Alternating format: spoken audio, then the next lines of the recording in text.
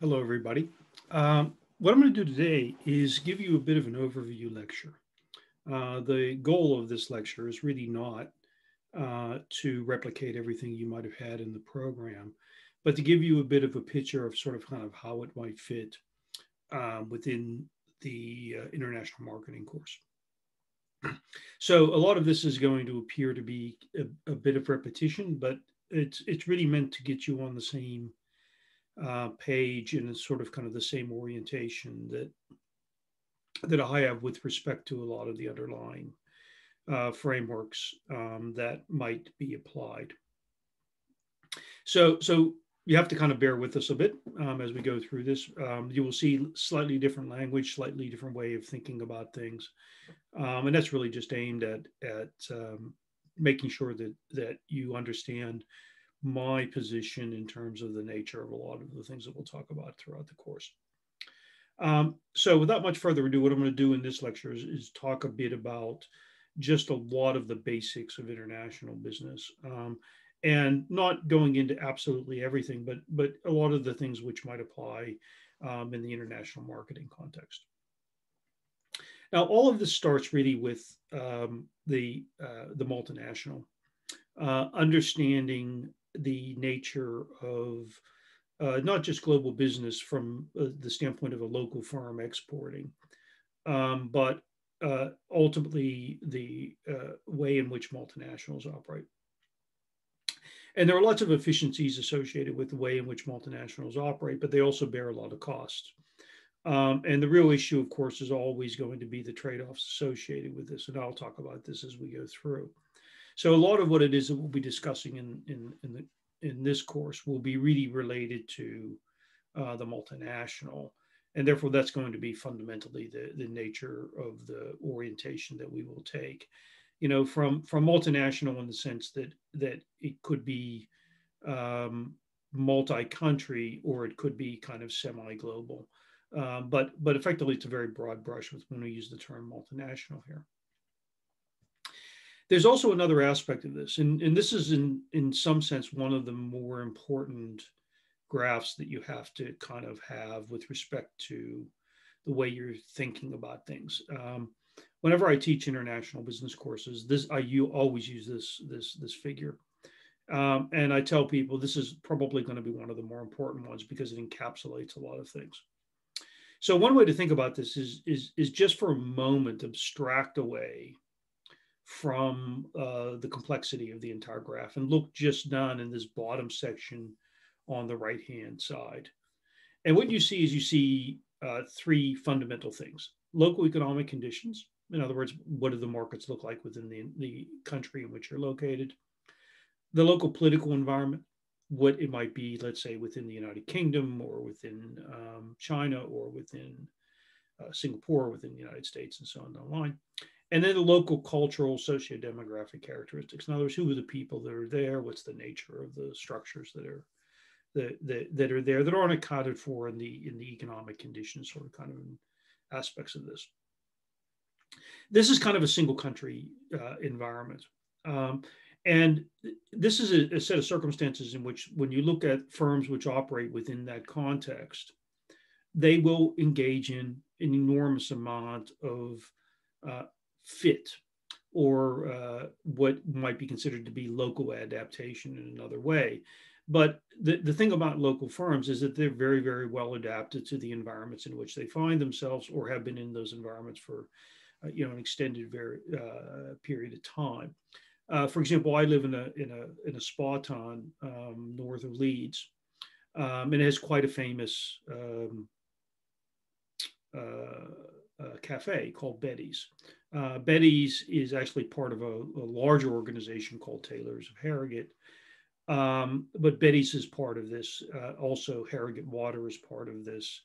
Yorkshire Tea is part of this. This is all part of it, but it's fundamentally a local company. It is kind of born and bred within the Yorkshire environment, but it is very much a UK company. It might ship other places, but fundamentally it is a local company, which means that it's adapted to the local environment, it's adapted to the local taste, it's adapted to the kind of Victorian spa town um, uh, kind of cultural milieu in which the entire area is a bit embedded. Now, all of this might be affected by things on the outside. It certainly is affected by, for example, COVID shutdowns. It's affected by economic conditions. We're a big tourist area here. We get lots of international tourists as well as local tourists. All of that kind of has an impact. But fundamentally, the firm's strategic disposition, the way the firm is structured, the underlying capabilities and competences of the company are fundamentally local. And this, in fact, is one of the reasons why local companies are strong, because they can fit very well.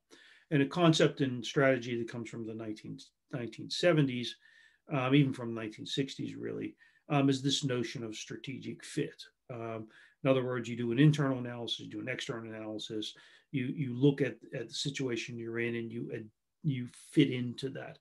And the companies that fit best do best. Now, when we take this context and we move away from it, this is where the difficulties start to arise. So suppose what happens is the company decides, well, we're no longer going to operate in the United Kingdom, we're going to operate in Ireland. Well, yeah, there's got to be a degree of difference there. And in fact, there is a degree of difference there. The local culture is different. The local economic conditions are different. And the local political environment is different. Now, the question, of course, is, well, what does the firm do? Does the firm kind of take what's done in this left-hand side and just duplicate it up here? Well, the firm's strategic disposition is down here, which means that it isn't actually fitting up here. And also, as it expands, think about repeating this again and again and again. So you go to France, you go to Germany, you go to Spain, you go to Italy. You expand out, and you expand out, let's say, geographically. So you operate within countries which are close to you. That doesn't mean those countries are close culturally. That doesn't mean they're close economically, and it doesn't mean they're close politically. And what ends up happening over time is the fit is bad. In other words, the firm has a really kind of difficult decision to make, but it does actually adapt. But one of the ways it adapts is it moves from a disposition which is embedded within the market in which it, say, exists, the single market in which it exists, to have a strategic disposition that overlaps across these markets. Now, this in and of itself will create difficulties in the sense that you go from a set of circumstances in which you are very tightly fit in terms of operating in the market to one in which you may end up not actually being very good in any of those markets. Or you have a set of circumstances in which you're now operating in many markets with a disposition that is very much regional or global, but you're competing against firms which are highly localized, which means that they are much, much better at servicing the local customers or servicing the local market than you might be with your sort of kind of multi-market firm disposition. And this, of course, is part of the great difficulty associated with operating as a multinational. And there are lots and lots of debates which go back and forth and back and forth and back and forth. But every time a firm adds a market in, they're adding in local economic conditions, local political conditions, and local cultural differences. And if I do this once, twice, 3 times, 4 times, 5 times, 6 times, 7 times, all the way up to 20, 30, 40, 50, 60, 70, 80 times, you can see the complexity that it starts to build into the system. And the ability to sort of kind of compete against 80 different firms or 80 different groups of firms, all of whom are very well adapted locally, creates difficulties for me. Okay, but the reality is that as firms become more multinational and as they grow into these multinationals, they will lose kind of part of their history, and their disposition will have to be spread across multiple markets, simply because the underlying capabilities, the underlying competences, the underlying operational distribution of activities, all of that will simply have to change in some ways. And as we go through the course, we'll talk about this because one of the great difficulties will be, the extent to which the firm abandons the capabilities and structures that it had when it started. Now, what it means is it means that you end up as a multinational dealing with much more complexity, and this creates a real dilemma. So, for example, for those of you that might have had a corporate strategy course, um, not in this program, but let's say in the past, you will have learned about doing internal analysis and doing external analysis and trying to engage in fit. Right? This is, the Porter Five Forces models. All of these models are fundamentally fit models. The firms that fit better work better and are more profitable in the sense that that's at least the expectation.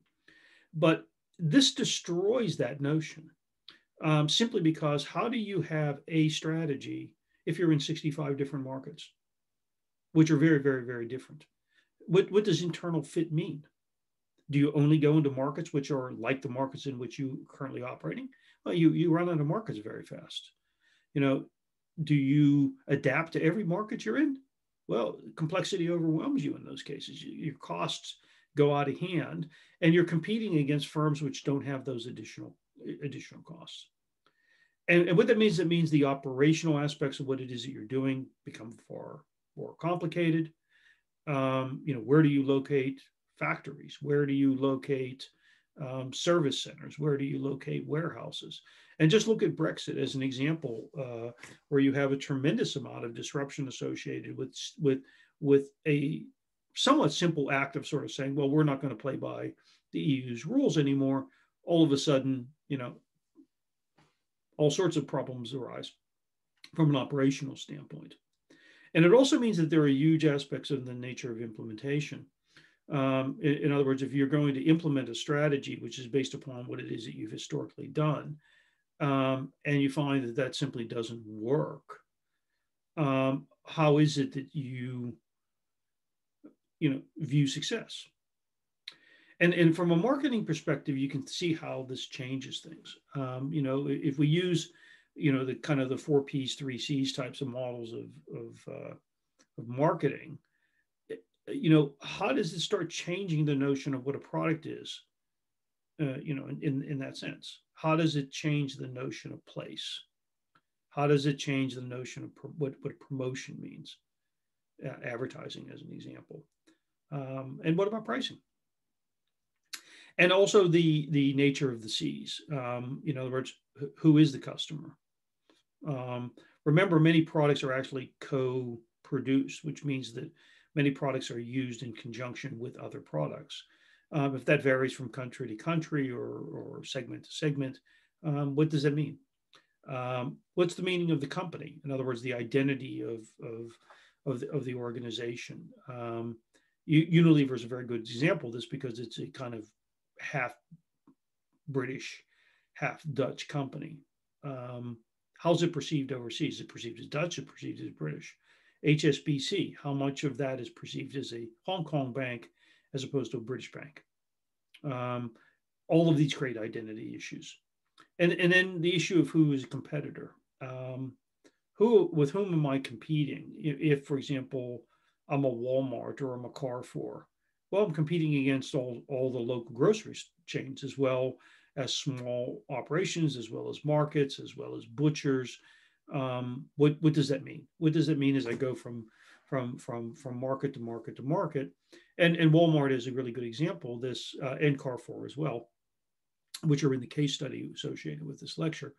When they went into places like China, the nature of the stores simply could not be the same as the nature of those stores in the United States or France, as examples of things. We'll come back to this. This will be part of our discussion. There's also the issue of kind of why is it you go international? What is it that you're doing, and how is it that actually occurs? Now, in some sense, there's an issue which says, well, look, there's you look for markets for which there's opportunities, and you move into those markets for which there's opportunities. The Willie Sutton model of internationalization. Willie Sutton was a bank robber, and they asked him, why did you rob banks? And his response was quite prosaic, and that is, it's where the money is. So in that sense, you look at it and sort of say, well, then every company probably should be in all the same markets, but they're not. So you have lots of different reasons why companies go international, all of which, of course, is assumed by the fact that ultimately the firms must be making money to stick it out in those markets. But that isn't the only reason that they go. Some are kind of very idiosyncratic. You know, the CEO decides that they're going to go in uh, one case because of something serendipitous. I jokingly say CEO needs a vacation home. But for example, Michelin established its first North American operation in Canada almost completely serendipitously because of the CEO being on a flight with somebody from Quebec, and then went back to Clermont and said, well, why don't we think about going to Quebec? And there are lots of examples of this type of thing where there's an idiosyncratic aspect of why it is that one location might be chosen, even within a country. You know, what state in the United States do you go to? What province in China, or what area of Germany you go to? A lot of it is entirely serendipitous, simply because there were many options. For example, you could locate an automobile factory in many places in the United States. The question, of course, is why do you choose the specific location you've chosen? And a lot of that might actually be just simply quite serendipitous. Somebody goes to college there, somebody knows somebody from there, and so on and the line. Other aspects are related to the customers demanding it. You simply follow the customers. Customers go into a market, you follow them into that market. One of the reasons that you have big automobile parts operations in places like Thailand is completely related to the fact that that's where the auto companies chose to build assembly plants and production operations. Your other customers would go in other places, which means that as your, let's say, as your main customers might move into China, you might move into China, simply because you have to be proximate to your customers. And this is on the consumer side as well as the B2B side. The Willie Sutton point about, well, that's where the money is. If the money is there, then you obviously take advantage of that operations. But it's not only money. It may be that you're seeking labor supply. You're seeking scientific capabilities. For example, pharmaceutical companies have a tendency to locate near universities, and that's true almost everywhere. And that's really related to the necessity of having scientific capability close by. And also, you may be doing it with respect to your competitors. Now, there are different reasons for this. Some people believe that there is kind of a follow the competitor model, which means that if my competitors, go to Albania, I go to Albania. But that isn't the complete model. This kind of relates back to kind of hoteling type of economic geography. In some markets, yes, indeed, you might want agglomeration. In other words, you might want to locate very close to your competitors or your sources of finance, as we saw in places like Silicon Valley. But in another sense, you may also choose to distribute yourself around, which, for example, we saw with foreign companies operating automobile plants in the United States. They don't co-locate. You have companies in South Carolina, North Carolina, Ohio, Kentucky, Tennessee, Alabama, even Michigan. And the reality is that they chose not to co-locate, simply because if they co-located, they would actually have too much competition for resources and labor. But they all chose to locate in what effectively were non-unionized states, and states which had good access to transport facilities. But the main point of that being that they didn't choose to locate in the same cities, and in many cases, not even the same state. So there are reasons why all of this occurs. There are operational efficiency reasons. I talked a lot about proximity to operations. For example, R&D facilities of many food manufacturers, take companies like Nestle or Unilever, tend to actually be near the production facilities of the core goods. So you might have actually coffee R&D located in Africa or South America, simply because that's where the crop is grown. You also do it with respect to suppliers and other things. A lot of it is also related to communication. So if you use your proximity to your customer as competitive intelligence, as companies like Zara do, where they use their ordering system as a way of gathering information on their customers, then you want to be close to those customers. So there are lots of different reasons why you would do it, but a lot of it may also be related to communications. But essentially, it is very much a value chain type of efficiency, independent of whether that is information driven or it's production driven or it's driven in some other way, distribution, transport, whatever. You can also think about it in terms of whether you're proactive or reactive, and whether you go in directly or indirectly. And I've given an example here, where, for example, if you look at a proactive direct operation, McDonald's, when it first went into Eastern Europe, which was before 1989 or before 1991, sorry, they went into places like Russia and Poland, but they actually went in owning the value chain. So in Russia and in Poland, they not only ran their own McDonald's, they didn't franchise. What they did is they literally owned the farms. They were actually producing not only the French fries and the hamburgers and that they were literally operating, all the way down the production chain, which they would never do in any other country. So, for example, McDonald's in Australia, or the EU, they were both basically franchise operations, but done in a slightly different way. So McDonald's, when it went into Russia, it plonked a McDonald's very close to Red Square, and in Poland it also plonked it very, very close to the center of the city. One of they owned that, so they were constrained in some sense. In the case of Australia, as an example, all of the Australian McDonald's are owned by one franchisor, and in that sense, what you've got one very large company, which is the franchise operator for all the McDonald's all across Australia, however many hundreds of restaurants that is.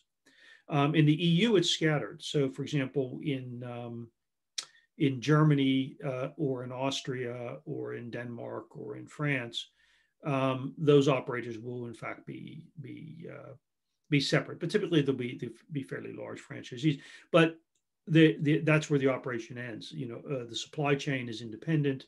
The product is purchased according to standards. But in both of those cases, it was very proactive in the sense that McDonald's had a strategy which said, we wanted to establish ourselves in Europe. We want to establish ourselves in places like Russia and in Poland.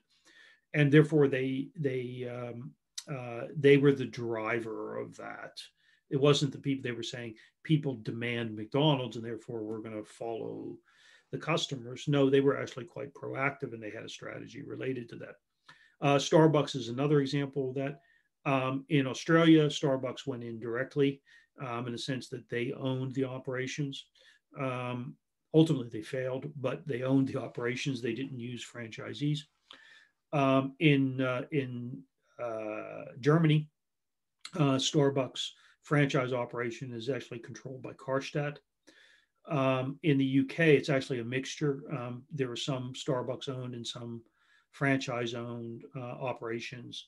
But again, these were all part of a strategy. In other words, Starbucks went out seeking partners. This is very different from a reactive operation. And Easy Eye is an example. Easy Eye is Egg & Zender International, which is one of the top executive search firms. And in the case of Egg & Zender, what they did is they moved into places like Asia, simply because they place senior executives. And if you're a company and you're moving into China or Malaysia or Taiwan or Japan or Korea or wherever, and you want to source executives, you need a regional manager, you need a regional CEO, you need a regional chief financial officer. Egg & Zender would be the company that would help you do this. But Egg & Zender, which was initially established in Switzerland, if you were fundamentally a European company, then the question, of course, is, well, how could you find Citibank or JP Morgan or Goldman Sachs people to operate in China or Hong Kong or Malaysia when you yourself have no experience there? So Egan Zender found itself more or less dragged into these markets because their customers were there and their customers were saying, well, look, yeah, you might be sourcing executives for us from the United States or from Europe or from South America. But if you don't understand the market in Malaysia, the market in Singapore, the market in India, how is it that we would expect you to be able to understand what it is that we need in those markets? And therefore, they had to establish offices in these countries, but they really were following their customers in there. They are a supplier, and therefore they were following uh, their uh, their customers. The same thing occurred in Eastern Europe when that opened up as well. So the 80s and 90s were they had very large expansion into these marketplaces, but it was really driven by the fact that their customers were also expanding into those marketplaces, and they had to have a commensurate operation there. And then the final reason is, of course, you can be seeking resources. You can be looking for capabilities. You can be looking for R&D capabilities. You can be looking for production operation capabilities. I did a lot of work a number of years ago in Russia. And there's a town in Russia, used to be called Gorky, but is actually called Nizhny Novgorod. And it was a secret city in some sense. It was part of kind of the military industrial complex of Russia, but it had enormous number of scientists, probably the largest concentration anywhere in Russia. But it also, so it had a lot of capabilities, and a number of European companies, when they established production operations in Russia, actually established them there simply because they had a lot of skilled workers. So there are reasons that you do this. You do it for intellectual property reasons. You do it for managerial capability reasons. So the example of Egan Zender, a lot of companies were really seeking people, for example, who had language skills in Russian or in Czech or in Hungarian or in Chinese, in Basa Malay or whatever, that they had to go and had to find these in certain areas. And a lot of those were actually expatriate communities or immigrant communities in places like the United States, surprisingly. So there are lots of different reasons why these things occur. You just have to keep them in mind when you're thinking about the nature of the marketing operations, because it isn't just kind of plonking a product down into a marketplace because there happens to be a demand within that marketplace for that product. And also, as I talked before, there's kind of this liability of foreignness issue, which is related to the nature of how you compete and where you locate. So if you look at the graph on the left-hand side of the screen as you're facing the computer, you'll see two dimensions here. And I'm going to come back to these in a minute. But I don't want to kind of get into discussions of this other than very simple. And that is, think about it this way. On one dimension, you have market characteristics, and that is, what does the market want? Right? And on the other side, you have the business characteristics, and is, what is it we do? So you can think about this as kind of, well, this is the external part, and this is the internal part. And it's no more complicated than that. But think about my fit argument from before. Okay, go back a few graphs. Think about this, right? Well, if I'm in this world right here, where am I? Well, here's where I am. I'm here. I'm sitting at home. I'm sitting in a set of circumstances. Is what I do is what the market wants. So I'm high on both. Right? And you would expect, of course, that if I'm really well adapted in that marketplace, then I should perform reasonably well. So if you look this over on this side, where you look at the risk-adjusted margin, well, I should be performing well if I'm good at what it is I do. And then I have a choice, right? And they say, well, look, I'm really good at doing what I'm doing in the United Kingdom or in Russia or in Malaysia. I'm going to do it someplace else. I'm going to do it in Singapore. I'm going to do it in Vietnam. I'm going to do it in Central Asia. I'm going to do it in Belarus, whatever. It doesn't matter, right? I'm going to do it someplace else. I have a choice. And the choice, it creates a dilemma for me, because I can do one of two things. I could follow the firm-centric path, okay? And if you flip this over and read this, it says, we do what we do, even though they are increasingly distant from the market's demand. In other words, I do what I do, and the market either accepts it or doesn't accept it. Now, there's kind of a very simple analogy related to this, and that is that if I'm again a McDonald's or even a Walmart or some company like that, and what I do in the United States I can do in Canada, right? Or maybe I can do it in the United Kingdom, and I don't really face much of a penalty because they're fairly similar markets across the dimensions that might be important. The same thing might be true if I'm selling steel products, right? So there may be many products not where the underlying market demand is the same. In other words, cement. In some regards, if I'm Cemex and I'm selling cement, cement has the same kind of aspects to it.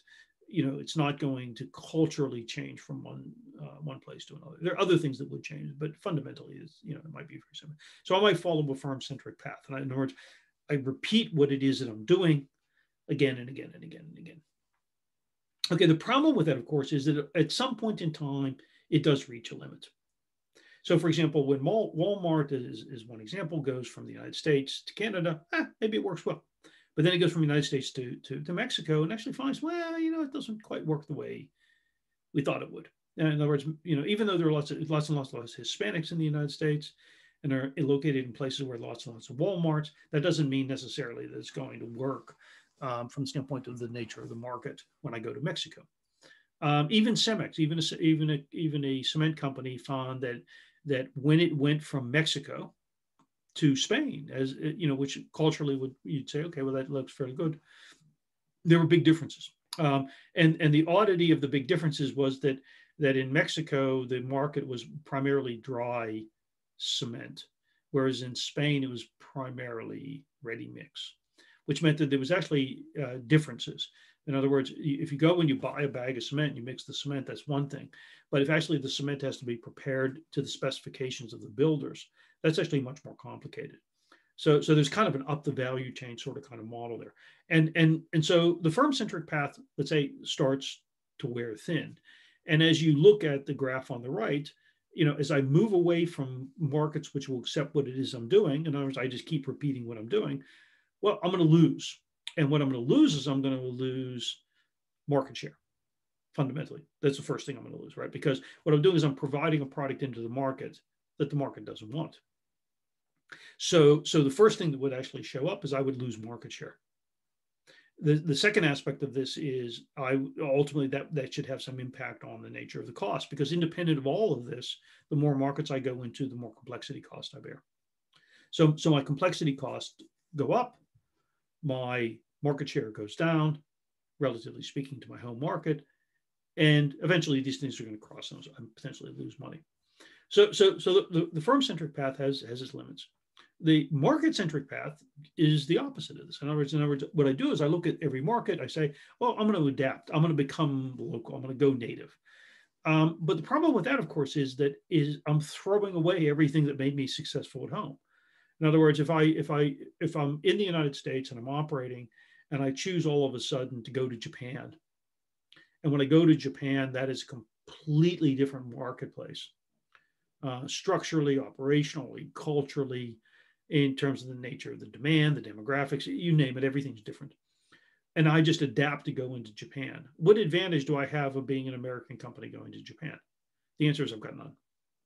All right. All I do is I add the complexity of having a multinational operation where I now have an additional layer of managed dealing with my international operations. All right. So the market-centric path also runs out of steam, but it runs out of steam for a different reason. In other words, I may engage in adaptation and be able to locally adapt, but the cost I bear to do that is essentially duplicating things that I'm doing, but duplicating them in a way that's different. So I'm duplicating operations, but I'm not duplicating it with any economies of scale. I'm duplicating product design, but I'm not doing it in any way that's actually giving me economies of scale. So the end result there, of course, is that what happens is my performance starts to drop simply because my underlying costs rise.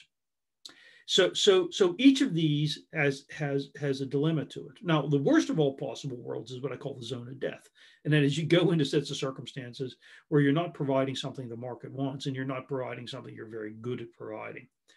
And in that set of circumstances is plain stupid. But if you look at the nature of the issue the firm has a choice. It says, okay, well, do I engage in this market centric adaptation in the first instance, or do I engage in firm centric? I just keep hammering away at what it is I'm doing. And generally speaking, what you'll see firms do, and I would say you would see them do this in 95% plus of cases, is that their international forays in the initial stages are fundamentally firm centric. In other words, what they do is they look for places that will buy what they want. Okay. Now, this is the conundrum for this internationalization process theory argument, which says, okay, you go to proximate countries. There is a tautological aspect of this, and that is that the firms are doing this simply because it may actually be the most profitable thing to do, and it's also related to the nature of what it is that they could financially afford to be able to do. But the end result of this is the further you move from home, wherever home is defined as, the place where you are best situationally adapted, you would expect that relative to the home market, your return should decline. And this is exactly what you see empirically. That typically the firm's strongest markets are the markets it was initially operating in.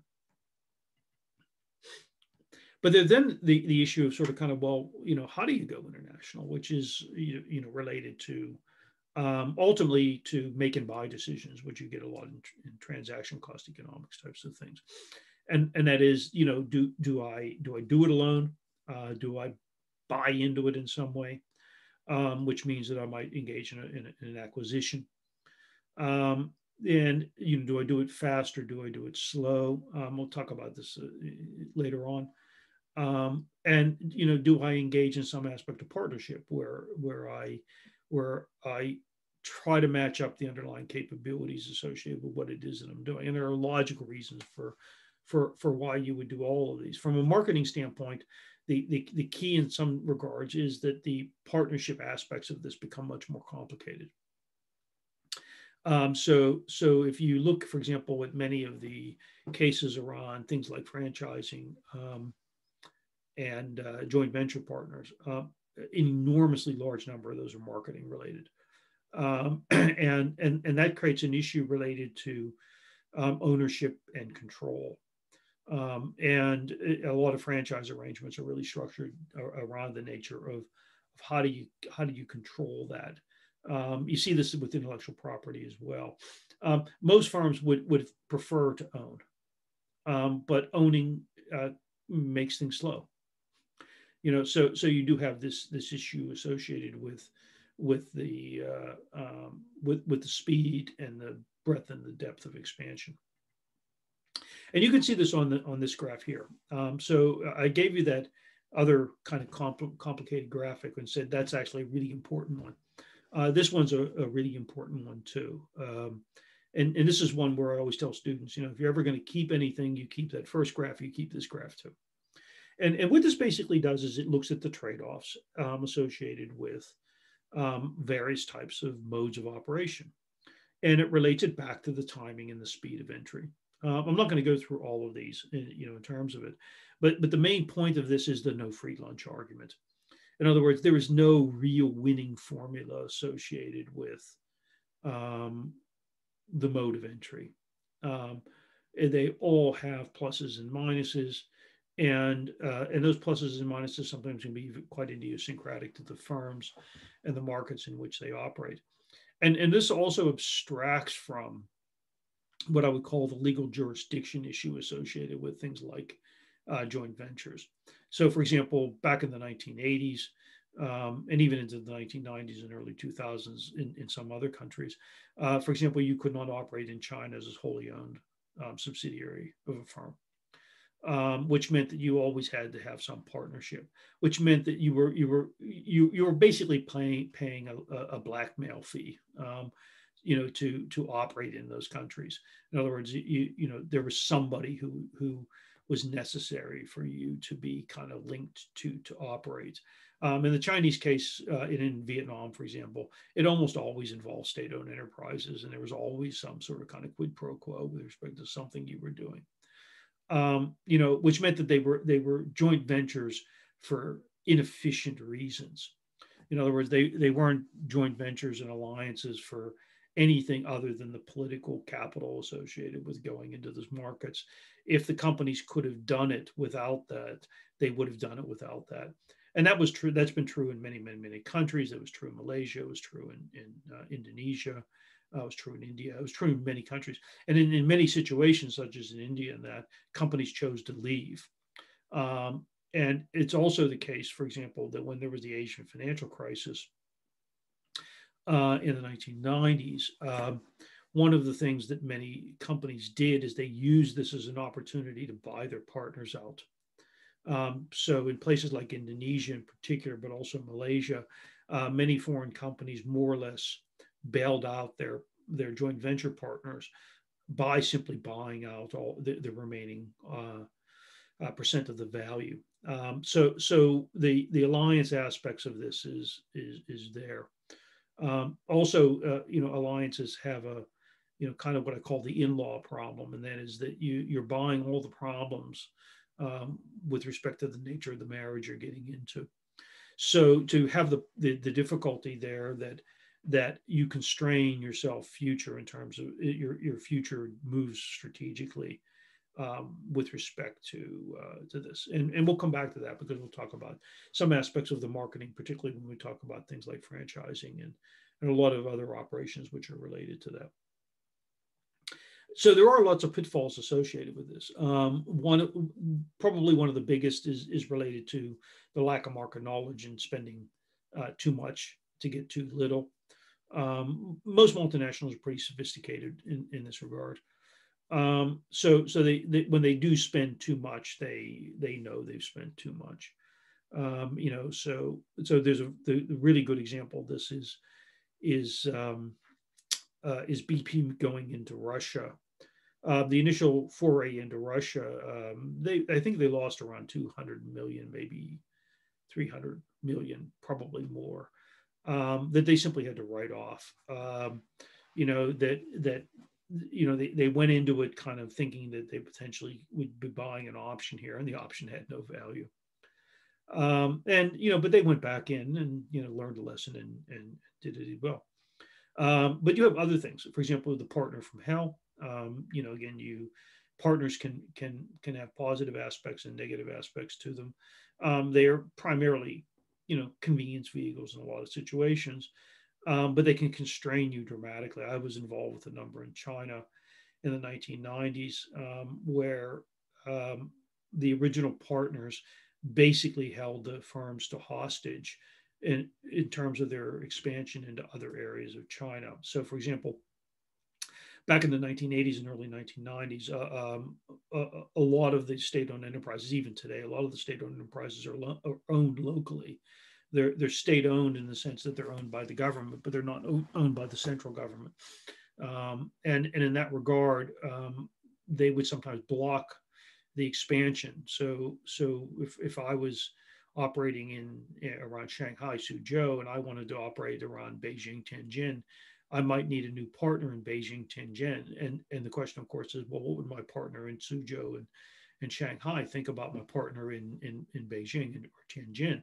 And the answer is yeah, they might allow it to occur, but typically they extracted considerable compensation for that right. They could also be great difficulties. There could be issues related with the culture and the nature of the operations that photograph down below. Sierra Leone, one of my favorites, which is I'm not sure it's there anymore, but it was at the airport a number of years ago. It literally was telling you something about the nature of what it was to operate in those situations. They create all sorts of dilemmas. For example, in the in the creation of a pipeline. BP was part of pipeline operation going through Central Asia and parts of Turkey. They had real issues between the central government and what was paid to local tribal leaders, local politicians, local imams, all sorts of things. There are all sorts of kind of quid pro quos associated with this, which under any sets of circumstances would be considered to be bribery, but in those sets of circumstances were simply looked on as the way in which you bought the rights to be able to put that pipeline through and not have it disrupted in some way, shape, or form. And there are also aspects of this which are related to the time frame of the party. I'm not going to go through this because I know it would be covered in a number of your other courses, but essentially there is the time frame issue associated with the maturity of the multinational and what it is that they could get away with. Effectively, there is a change between early internationalization and late internationalization. In the sense that early internationalization is really a lot about where do I go, how do I go there, and when do I go there. So it's a little bit of a sequencing of the ordering, because a lot of it is that market-driven entry. Is firm-centric entry. In other words, I'm just simply moving what I do in my home market. I'm moving it over into another market. But in the situation where you have later stage internationalization, you really have a much more complicated portfolio model. What that means is when I internationalize or when I kind of rearrange my international operations, so I change the mix of inward investment versus extraction of the investment. What I do is I upset the balance. And because I'm already in many of the countries I want to be in. So there isn't an issue of, oh, well, I'm going to go into another country. It's an issue of rebalancing. What is it I'm going to do within the country? What products I'm going to keep within the country? Which things I might be allowing to have more independent operations. And therefore, this later stage issue becomes one of efficiency. In other words, how do I rebalance this portfolio? Which is one of the reasons why you see multinationals engage in much more internal reorganization than you do local firms. And the reason is that every time I'm taking bits and pieces and taking them away or investing them in a different way or putting different concentrations in, I change the balance inside the organization, which means that who has authority, who doesn't have authority, who has degrees of latitude, who doesn't have degrees of latitude, all that changes, and therefore these firms will engage in different aspects of this. What that means also the marketing changes quite dramatically over this time frame. Because it's simply simpler in these earlier stages. It becomes much more complicated later on. And also it may be that if the firm is relatively speaking mature, it doesn't need as much direct control over its local operations because a lot of that is embedded in the training and the promotion and the human resources aspect of what it is that they do. Whereas early on, you don't have that. You don't have enough of a history where the people who you're putting into the job have been in that job for many years. So you can actually see also the triggers and what the pressure points are. Again, I'm not going to go into this a lot of detail because would have covered in other courses. But you can see how that would operate across time. The main point here being that there's a lot of difference between early stage internationalization and later stage internationalization. And as we'll go through the marketing kind of discussions, there's a lot more associated with those differences. So as you do some of the cases, you'll see some of the differences across time. So I kind of have a very simple model of internationalization. And as I started to say, it's kind of international business for dummies or CEOs. Sometimes the two of those overlap a lot. And that is, the first thing is you do something well. So typically, in fact, 99.9% of the cases, firms don't internationalize unless they're strong in their home markets, which means they do stuff well. So there has to be kind of a source of strength in terms of the nature of what it is that they're doing. Otherwise, they simply would not have the resources to be able to expand. The second aspect of this is you move that something from A to B. In other words, you move it from your home market, you move it into another location. or in later stage internationalization, you move it from market A to market B. Um, so you have to have the ability to move it. So the first thing is you have to have the ability to do stuff well.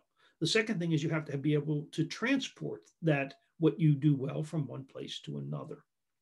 And then the third part, which is probably the real crux of the issue, is you've got to make it work. So for example, in many cases, in terms of China operations, companies were very good at doing something well. They were actually pretty good at moving that something well from say Germany to China. The big problem was making money on it in that second market. In other words, assuring that you got a return associated with that. And remember, one of the problems associated with the liability of foreignness is that you probably won't make as much as you think you will make. And therefore, if you think that you're going to make as much in China as you might have made in Germany, the likelihood was that would not be true if Germany was really the core market that allowed you to do that something well at the very beginning of what it is that you were doing. So in that regard, there is this diminishing returns aspect to that part, and companies exit markets all the time. So it isn't a case of sort of kind of continual success. There's probably as much or more failure than there is success. And you see this with respect to things like joint ventures. More than 90% of joint ventures disappear after 5 years. Now, some of them structurally disappear because they were only meant to exist for 5 years.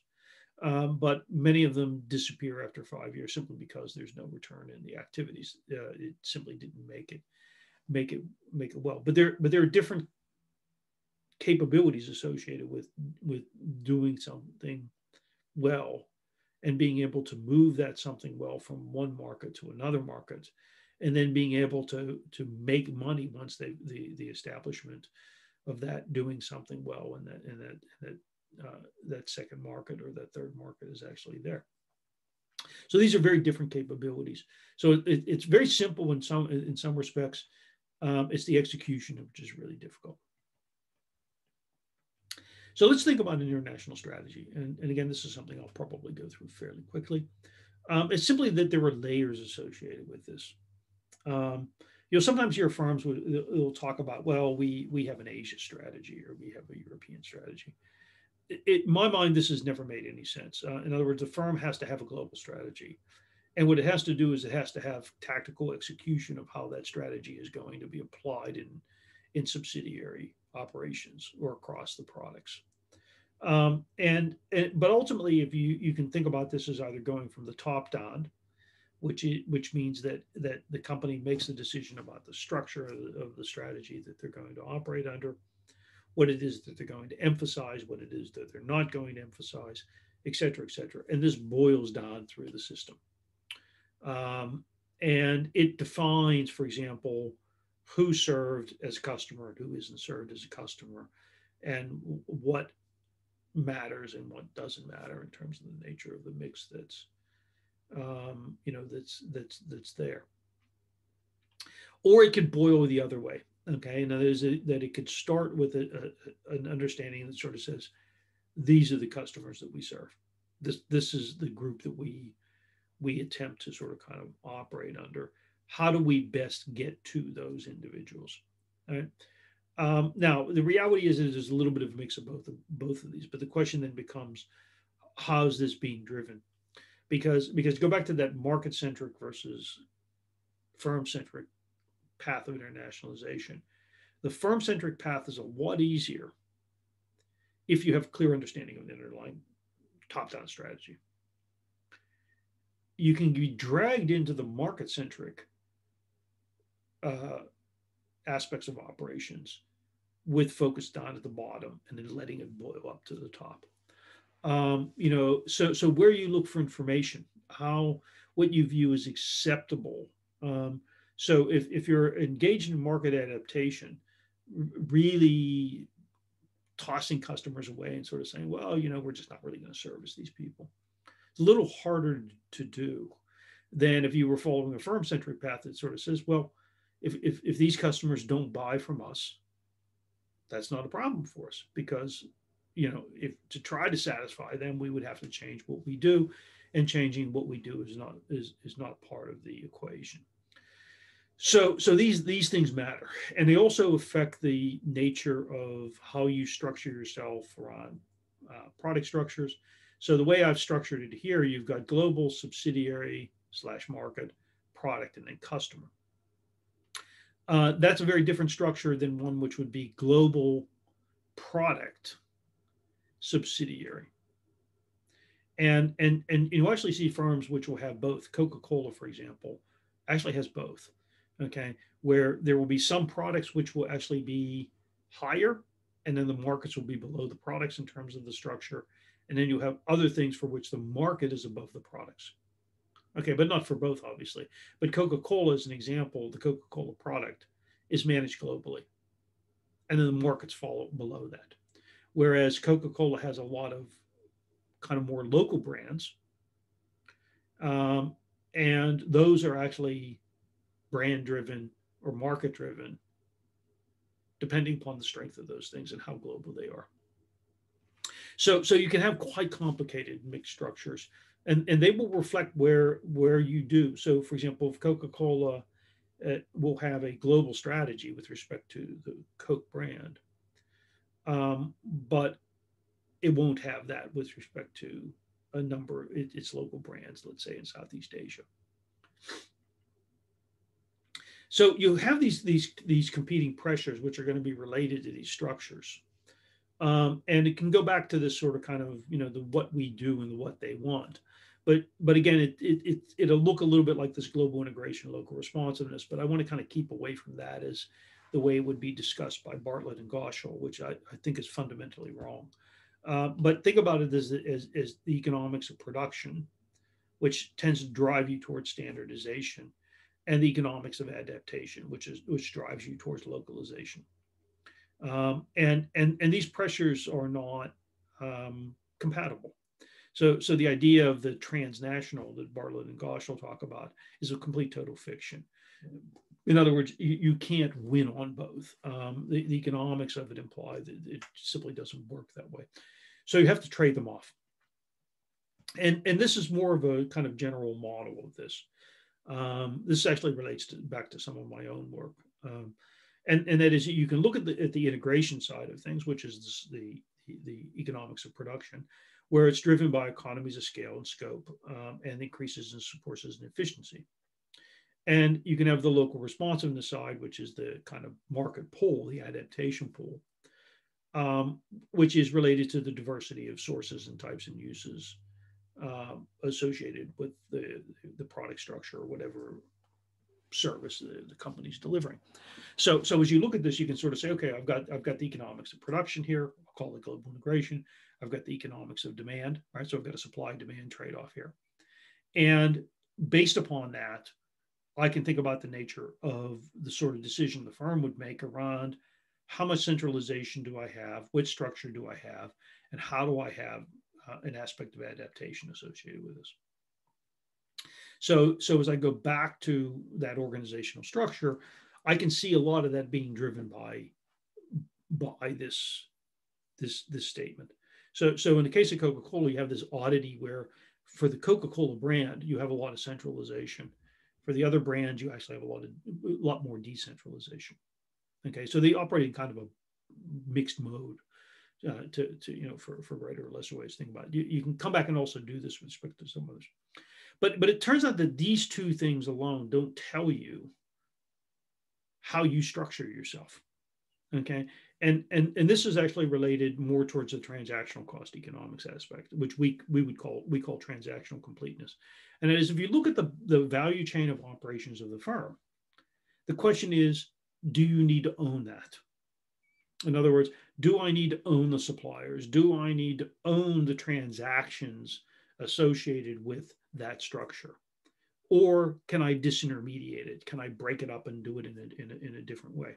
So, for example, if you look at breweries, you have some breweries where they own everything. Typically, these are local, smaller breweries. So if you looked at something like BrewDog in the United Kingdom, They basically own everything. I mean, other than the hops and other things, but they own the brewing, they deal with the marketing, they do all that in house.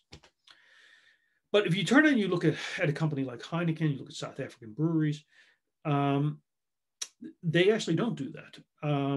So for example, if you buy Guinness in Australia, it's actually produced by Carlton.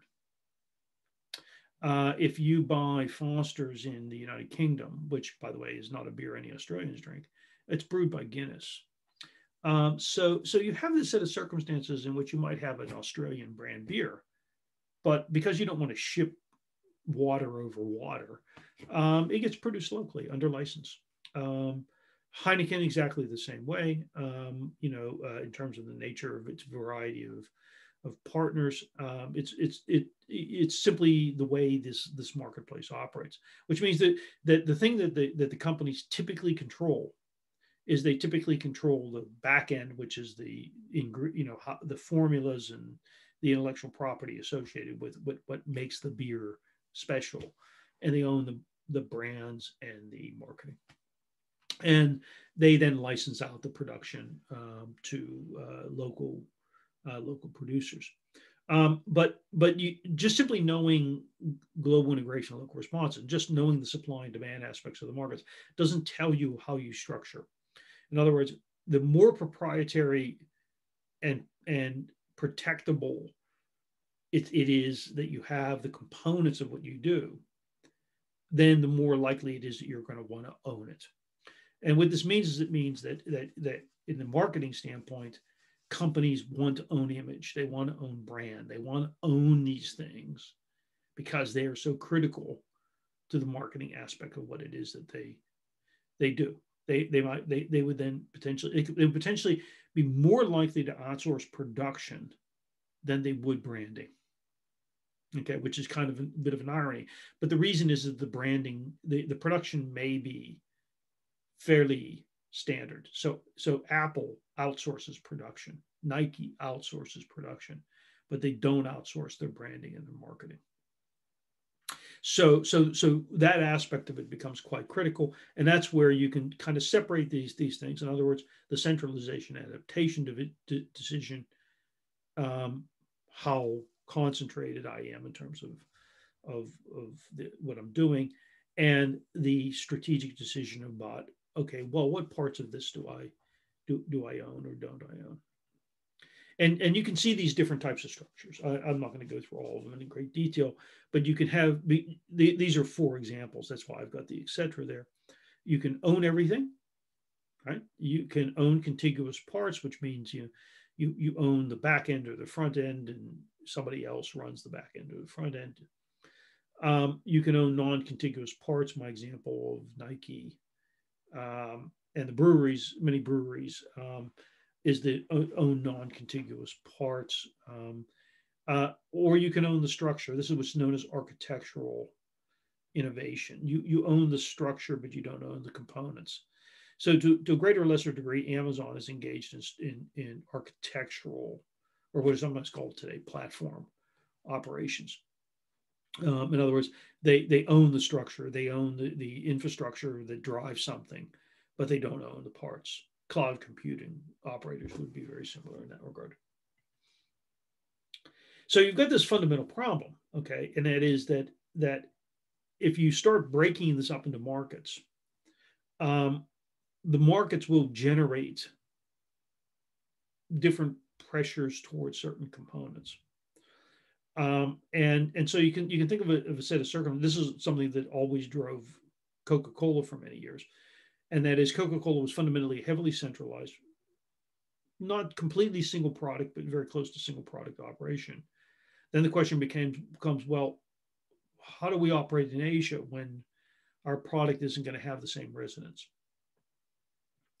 And this creates problems for them, right? Because one part of the organization wants to operate in one way, another part of the organization wants to operate in another way, simply because the markets are driving them in those, in those directions. And in some cases, you could simply say, well, we're not going to do that. We're just going to stick with the things that we do. And for many years, many breweries did this. So, for example, there was an enormous amount of consolidation in the brewing industry, while at the same time there was an explosion of microbreweries. And part of the reasons was that the consolidation in the brewing industry was around creating global giants, and that led to a much more consolidated and standardized model. And this created an umbrella under which, the heterogeneous demand for beer was being picked up by these microbreweries. And ultimately, the larger brewers figured out how to structure ourselves in a way that allows us to kind of do a bit of that microbrewery stuff while still really kind of making money on the bread and butter, which was the much more standardized kind of Miller, Heineken, Stella Artois kind of operation that we would otherwise have. Okay, and this is where this problem arises for these companies, and it shows up much more so in terms of the nature of the marketing. And because a lot of the product adaptation aspect of things is really related to the consumer side of the equation. The B2B side, is much more likely to have a greater degree of standardization simply because the heterogeneity isn't quite as large as it is once you start talking about human beings and in terms of nature of demand. And you can see how these different pressures operate. I'll just give some examples here, but you can break this down. You can literally start saying, okay, well, how does it look in an industry? How does it look in a company? How does it look as part of a task or a function? You can literally go down and take it apart, and that's what's actually is in this slide. So you can start mixing and matching and asking questions about structure, and so on online. And this is what we do here. And this is going to come up in terms of the nature of Walmart and Carrefour. Okay, so if you go back and you look at this example here, think about Carrefour and Walmart. Think about the evolution of these companies. What is it that they're really trying to do here? Are these markets actually, fitting with the structural model that they historically have had? And that allows you to start looking at where the constraints are, because once they make these decisions around the nature of structure, they're making decisions about the nature of the mix of products they operate with, how they organize their stores, where they locate their stores, on and on and on and on. So let's talk about the goals and tools. And again, this is going to be a very quick one. Basically, you can think about the firm as really being driven by three things, and that is profit, which is related to the underlying efficiency of their operations. After all, it's simply price times quantity minus cost. The management of risk, and that is financial and operational. In other words, what exposure does this create for them? And then innovation, learning, and adaptation, which I characterize as renewal. So one of the first one is kind of exploitation. The second one is sort of kind of the reasonableness or the risk, and the third one is really related to how do I keep this going over time. And those are really kind of the goals. You can almost characterize almost everything that the company does in terms of those. So one of them is the numerator of the NPV, the other one's the denominator of the NPV, and the last one is sort of kind of the NPV over time. And it has a number of tools, at least at the international level, that it can utilize. Start at the bottom. I mean, the exploitation of the intangible assets. How do I utilize my brands? How do I utilize my technology? How do I utilize my expertise from a service company? How do I do all that? So you can think about that as kind of characteristic of this. So, for example, even in a service company, if I'm engaged in lots of mergers and acquisitions, that is fundamentally driven by expertise, the ability of the organization to know how to organize things and to have the legal and financial expertise to be able to do it. There's the exploiting of the economies of scope. In other words, how do I generate the underlying synergies associated with what it is that I'm doing? So if I'm a multi-product organization, obviously by definition, I have some potentials for economies of scope. They might be related to transport. They might be related to the nature of the production. Simply because I can produce something for myself may mean that I can produce something for somebody else. So if you look, for example, many of the tech companies, a lot of what they sell is actually related more to what it was that they did for themselves. So, for example, many of the things inside Google that you see are actually related to the things that Google needed. So, for example, Google Translate was there not to be able to be used as a translation function, but the fact that that to have a search function, you needed to be able to operate in different languages. But in particular, Google needed to be able to have a global product, which meant that it had to operate in many languages. And it simply couldn't have, let's say, 360 different um, operations, each of which was language specific. Um, so the key was, in fact, to develop a technology associated with that aspect of what it was they were doing. Similarly, if you looked at a lot of the cloud computing companies, even when you look at, say, something like Amazon Web Services, but certainly Microsoft and others, a lot of this was internally developed for themselves. And when it was working internally for themselves, they were actually able to expand it globally. So there are these issues of sort of kind of, well, what things do spill over and what things don't spill over. And from a marketing standpoint, is an example, you know, do I go up market or do I go down market? In some sense, if you look to say, someone who recently died, the Pierre Cardin and Gucci model, where you slap your brand on, everything from dog collars to couture gowns, is very different from what it is that very high end operations such as Hermes and Chanel might do in terms of the nature of what it is that they think that they're getting from the nature of the brand that they're utilizing. And then there's the economies of scale, and it's simply that, can I get real production capabilities in terms of the nature of doing this? One of the arguments for platform models is platform models are fundamentally scale driven. The bigger stuff, the more stuff you can get on the platform, the more you've got. And then there's kind of the exploitation of I put it under national differences, but probably a more correct way to do it is to say exploitation of heterogeneity. Um, in this sense, what you're going to do is you're really looking at okay, well, how is it I can actually exploit differences, either differences in production, which means I get some comparative advantages in terms of the use of labor or technology or resources, or in terms of customer segmentation, in terms of the ability to utilize the information about the customers and exploit the utilization of that in some efficient way.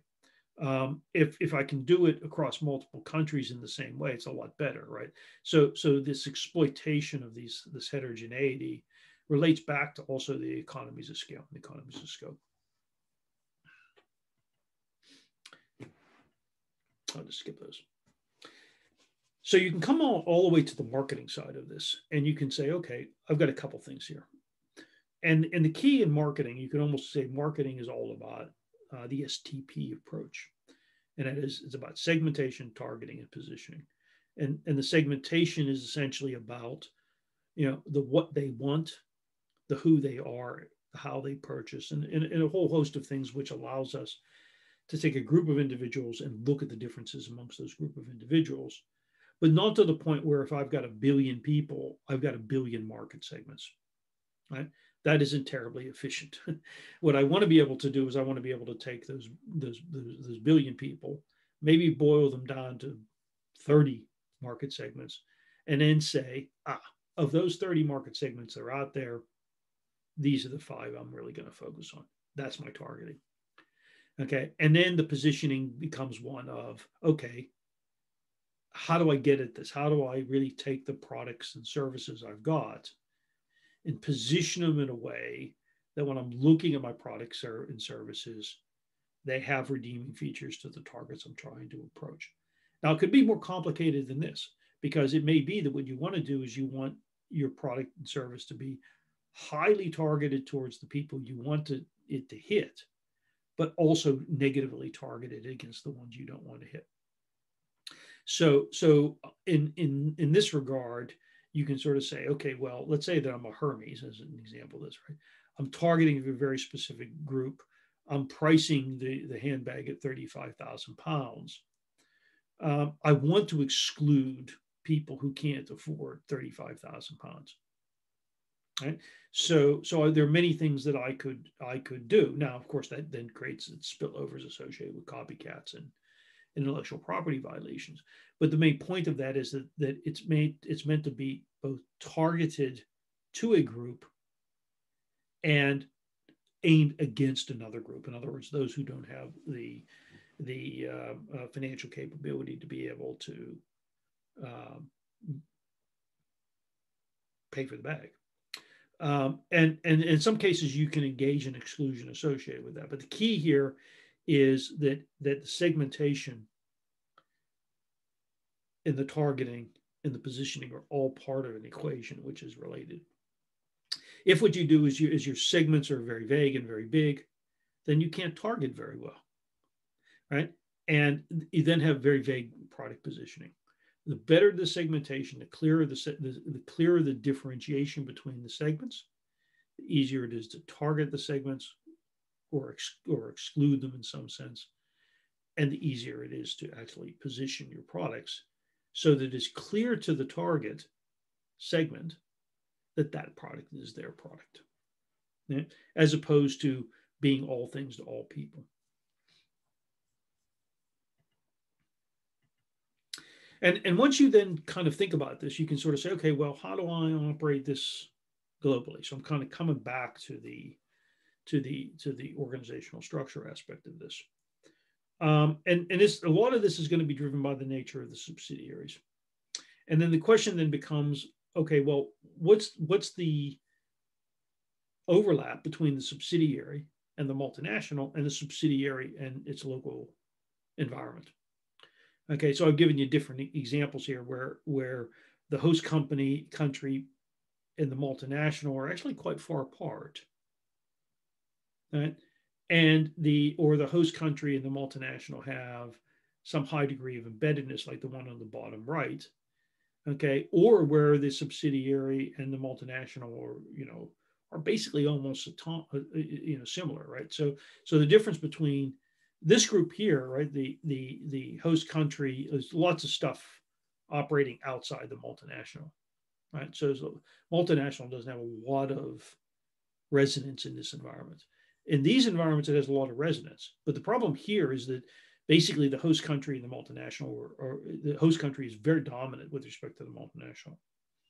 In this situation here, the host country is actually, relatively speaking, small, but the overlap is high. So you're looking at this and sort of saying, okay, well, is the multinational going to be dominated by the host country, or is the host country potentially can be dominated or controlled by the multinational? And this then creates a set of circumstances with respect to the nature of that market. So this is a very simple model which says, okay, well, what is it? How important is the market? It's typically going to be related to size in some sense, and then how much competence comes from that market. And you can think about this in a very simple 2x2, right? So it's kind of a Harvard Business Review type of kind of logic, and that is you can be a contributor, which means that the market isn't very big, but you actually have a capability. So pharmaceutical companies in Switzerland would be a very good example. Market isn't very big, but there's enormous amount of capability embedded there. Okay. Or you could be in a black hole, which means that the market isn't very big and you don't do anything very well. You don't want to be in black holes. So let's kind of exclude those. Then you have the other two, right? The strategic leader is just kind of big win-win, right? You've got lots of local competence and you've got big important market. So again, we'll use the example of drug companies in the United States, lots of local competence in terms of the nature of pharmaceutical development, and very big market, 360 odd million people, 380 million people. And then, or you could be an implementer, which means that you're in a very big market, but you don't have a lot of capability embedded within that market. So if I looked at, let's say, another example, which would potentially you could sort of see would be large markets such as Canada, which is a fairly large market again in pharmaceuticals, actually doesn't have a lot of local pharmaceutical production capability. So one of the reasons, for example, right now that they're having great difficulties with vaccine distribution is that unlike the UK and unlike France and unlike Germany and unlike the United States or China, they don't have the capability of actually producing the drugs to scale inside the country. So places like India, Germany, France, uh, the United Kingdom, etc., have that capability, even though they may not have the capability to fully produce it at the level at which you're talking about hundreds of millions of doses of vaccines. They actually have a lot of capability, which means that they aren't implementers; they're strategic leaders. Whereas in the case of Canada, they may actually just simply be an implementer. And in the case, for example, if you look at say pharmaceutical development in a place like Belgium, it's actually it's relatively low compared to, for example, Switzerland or France or Germany or the United Kingdom, but actually has a lot of production capability. A lot of the plants are located there, simply because of transport, believe it or not. But an implementer is there to kind of drive these things, and so you can look at sets of circumstances to sort of say, well, what's the point here? In other words, how am I adding value inside this, this equation? And maybe we'll come back and talk about it, some of these, because you can be in small markets and actually have big contributor value. I can give you some examples later on, during the class, which is related to one of my home countries, which is Australia, where there's a lot of value, even though the country is actually relatively isolated and small. So there are differences here associated with this, and also it implies something about the nature of the rate of return. In other words, if you're just in an implementer market, then the expectations are you generate cash flow. If you're in a contributor market, you potentially could have relatively low cash flow in the sense of profitability, but your value added is not the cash flow you generate for yourself, but what you generate for others. And of course, in a strategic leader set of circumstances, you're really an engine of the company. And you also can think about how this might be driven in terms of the operational structure. And again, you can think about how companies would operate here, and that is you can think about a set of circumstances in which the firm has a lot of external competitors, but not very much, let's say, internal competitiveness. So if you have a lot of external competitive intensity, particularly the local market level, then you as a subsidiary going to want to adapt to that. Okay, which means that you could potentially be very market driven. In other words, the subsidiary at that level with lots of strong local competition will want to adapt, which means that it will want to kind of break away from the centralized marketing operations and have its own control, right? If you are in a set of circumstances in which you have high internal competitiveness, which means that there are many brands, let's say, operating, then you can have sets of circumstances in which the firm can be making lots of the decisions.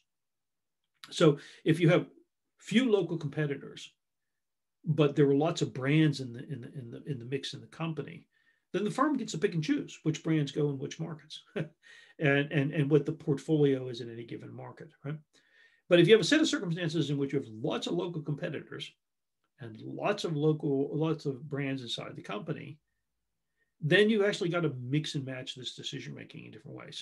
So we'll talk about this when we talk about different brand structures. But when you look at, let's say, a company like Coca-Cola in the old days had one brand, but as it expanded globally, it had lots of local competitors, particularly when it went into places like Asia and that, where the tastes were very different, which meant that there was a lot of pressure in the Asian operations early on to have locally adapted brands. And Coca-Cola, pushed back on this quite a lot. But over time, what happened is they merged and bought lots of local brands. So they went from being a single product company effectively to a many brand company. And when you looked at that, what they had is they had a set of circumstances in which now it became a choice of, well, how much do we devote in Taiwan or in Thailand or in Vietnam or wherever to the Coca-Cola brand versus this mixture of other brands. And that implies a lot of kind of sharing of power between these, which means that the complexity of the marketing operation actually goes up. So a few final words. If you look across the general scale of things, you can see the nature of the kind of complexities associated with the demand side and the supply side, or the supply side equation and demand side equation in a very simple economics adapted for management logic. But neither of those wins. There's always a trade-off associated with it. And different companies, even in the same markets, will make different decisions. Okay, so it's not uncommon to see two companies which appear to be ostensibly competing against one another choosing to compete in different way. One would choose to compete on adaptation. One would choose to compete on centralization. Is there a thing called an international strategy? No. It's really quite complex. In other words, as you expand the markets out, the environments expand, the cultural environments expand, the political environments expand. Okay, and what that means is it's very difficult for firms when they start going international to actually maintain coherence in terms of what it is that they themselves are doing, other than in some sense general motherhood statements. So you'll see this when you talk about Coca-Cola. Coca-Cola at one point in time moved from being a soft drink producer to talk about how much market share they had in the soft drink market, to basically becoming hydration competitors. In other words, how much of the hydration you took in any given day was related to Coca-Cola. It's simply related to the nature of the complexity of the environments. In other words, they wanted to be a drinks company, but it couldn't all be soft drinks. It had to be fruit juices, water, all sorts of things. So, but you get a benefit from this. So you get all of this additional complexity and sort of say, my God, I've got all this complexity. It's really getting difficult. But you also have much more strategic choice. In other words, being a single product company in a single market, in some sense, is relatively simple in terms of the options you have for that single product. All of a sudden, you not only get the additional complexity, which might cause you to lose your hair, but it gives you the ability to sort of say, okay, we're only going to use these products in these markets, or if we can keep the markets separate, we're going to position the products differently between this market and that market. So you have this ability to really chop and change, but you also have the ability to decide how you're going to do things in very different ways. So you could have exclusivity in one market, you can have partnership deals in another market. You can use mixtures of centralization and decentralization in different types of markets. Again, I use the Coca-Cola example. You could be like Starbucks. You could have franchise model operating, a wholly owned model operating. You could have a difference in terms of the mixture of products. So, for example, in Asia and in the Middle East, Starbucks sells much more sugary cold drinks than it does hot drinks. There's a whole mixture of things that you could possibly open up. So that complexity has a good side too. The good side is it gives you lots more options, lots more choices, but it makes your decision making more difficult because making decisions that are more complex in more complex environments is simply harder. And then the question, of course, is, well, how do you become successful with this? Well, there are lots of things which are also come back to the marketing aspects. And as we know, for example, most more successful multinationals have greater percentage of intangible assets. Well, it's one of the biggest intangible assets, brand. So this is really related to the fact that intangible assets can be spread across markets more easily. But in the case of the branding, there's a cost which is associated with when that becomes integrated into a culture and hits the culture of the local markets. Is it perceived in the same way? One of my favorite examples of this is spam, which is the processed ham in a can. Whereas in places like Korea, it's an absolute total delicacy, um, and it has many, many, many different variants. And in the United States, it's kind of a recognized product, and in a number of other places, it's kind of almost looked on like dog food. It's completely different, and it's related also to the history, in terms of sort of kind of the use of spam, for example, during the Korean War to basically stave off starvation. So there are different perceptions of these things that the brand has in terms of the nature of how it is that is perceived. The same with soft drinks, the same with alcoholic beverages, et cetera, et cetera, et cetera. Um, you also have an organizational culture aspect of this. So you have to have a dominant or that strategic disposition, which is a global strategic disposition. It can't just be kind of replications of the home market, nor can it be simply all adaptation. It has to kind of evolve into this is unique but sustainable disposition. And then the last aspect of this is that goes back to the complexity, is that these multinationals are very good at engaging in disaggregation. What it is that they need to own as opposed to what it is that they can get rid of. And as I pointed out before in the marketing function, one of the keys is really related to the control of the image. If segmentation, marketing, and targeting and positioning is critical, then those things typically are going to have to be owned. You can't outsource your segmentation strategy. You can't outsource your targeting strategy. You can't outsource the positioning aspect of what it is that you do. That creates real problems for you. Once you kind of lose control of that, you can run into real difficulty. As was seen, for example, with many clothing companies. I use Pierre Cardin as an example. Pierre Cardin at one point was a very elite kind of fashion house, but Pierre Cardin himself became a franchising or a licensing monster.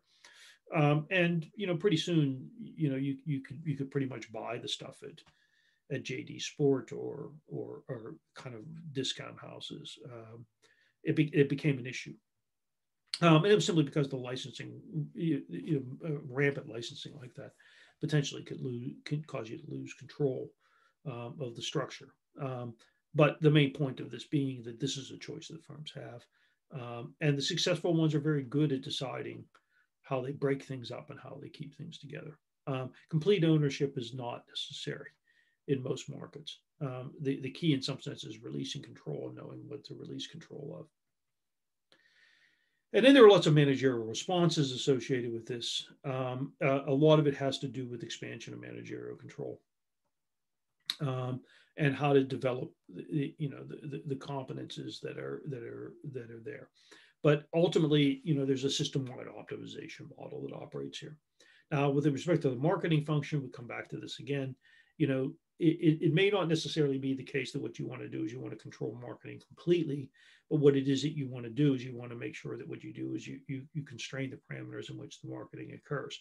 So, for example, HSBC, as an example, always has certain sort of controls over the nature of what it is that is itself marketed, without necessarily having absolute complete oversight as to the nature of what it is that it's done.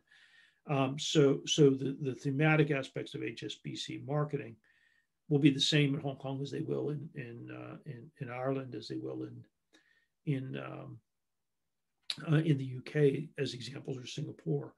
But the actual message may have a local adaptation from an ethnographic type of structure, meaning that it's actually quite consistent. In other words, it's not that the spillover would be such that this global bank kind of model, with local characteristics, is simply perceived or structured in a different way, but that framework is always there. So there's aspect of marketing in this, and it is, again, just like there's no such thing as global strategy, there's no such thing as global marketing strategy. It reflects the company's global strategy, with it being a tactical tool. There's an imperfection associated with it, so that the pressures to localize will always dominate in marketing. That's true even if you were in a single country. There's always more segments to satisfy. The real question is, if you engage in segmentation creep, you create real problems in terms of the nature of your targeting. It requires guile, in a sense that there is a negative aspect of marketing at times. If you could have the same product and you can tailor it to a billion people in a billion different ways, yeah, that would seem to be optimal. But it's not necessarily the case that what it is possible. So there's the fact that segmentation can potentially be costly. It only pays for itself if more value can be extracted from each segment. So in that sense, it is a multi-part pricing kind of problem from economics. It requires a more understanding of culture, particularly on the consumer side. But even on the B2B sides, a lot of it is really related to, for example, local buying habits. And then you really kind of focused on the nature of information in case of marketing.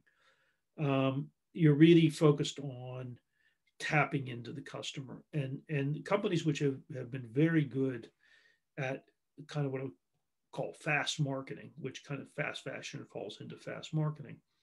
It's the ability to utilize information very quickly, and to be able to use that to tailor the delivery in an efficient way to the key targets.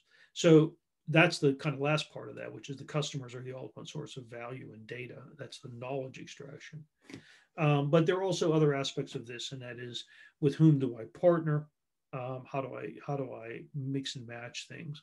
Because remember, products are typically not consumed individually. They're consumed in conjunction with other products, and therefore you have this aspect of co-production, which is critical. You don't want to have to produce everything, so you want to have kind of key partnerships and understand that. And also you need to know how the economics of that works. So there's an issue of ownership, but there are issues of economies of scope as well. So that's it for this first lecture. We'll go over this again in class. I'll pull bits and pieces of it out, and potentially we can talk about it. So thank you for listening, and hope you have a good day.